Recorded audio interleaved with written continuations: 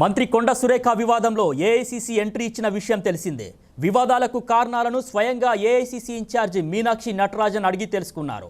Hyderguda MLA క్వార్టర్స్లో తన కుమార్తె సుస్మితతో కలిసి మంత్రి కొండ సురేఖ మీనాక్షిని కలిశారు.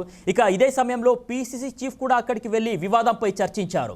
ఓఎస్డీ తొలగింపు, మేడారం జాతర టెండర్లు, ఇతర అంశాలపై ఈ చర్చ జరిగినట్టు తెలుస్తోంది. ఓ మంత్రి ఇంటికి టాస్క్ ఫోర్స్ పోలీసులు ఎలా వస్తారని సుస్మిత ఫిర్యాదు చేశారు. ఇక పార్టీని పవర్లోకి తెచ్చేందుకు తాము ఎంతో కష్టపడ్డామని, ఇలాంటి పరిస్థితులు వస్తాయని ఊహించలేదని ఆవేదన వ్యక్తం చేశారు. ఈ అంశంపై పూర్తి స్థాయిలో ఎంక్వైరీ చేస్తానని మీనాక్షి వారికి హామీ ఇచ్చినట్టు తెలుస్తోంది.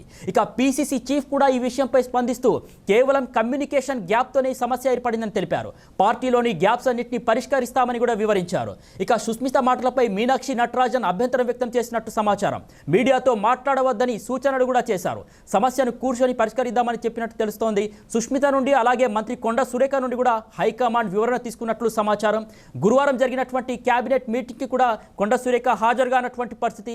దీనిపైన కూడా మంత్రి పొన్నం ప్రభాకర్ స్పందిస్తూ మంత్రి కొండ సురేఖ ఇష్యూ అనేది టీ కప్లో తుఫాన్ లాంటిదని అన్నారు. కొందరు ఏదో అయిపోతున్నట్టు చూపిస్తున్నారని, పార్టీలో ఇలాంటివన్నీ కూడా సహజమని కూడా చెప్పారు. సో మొత్తం త్వరలోనే కూడా ఇవన్నీ కూడా సర్దుకుంటాయని కూడా ఆయన ధీమా వ్యక్తం చేసినటువంటి పరిస్థితి కనిపించింది.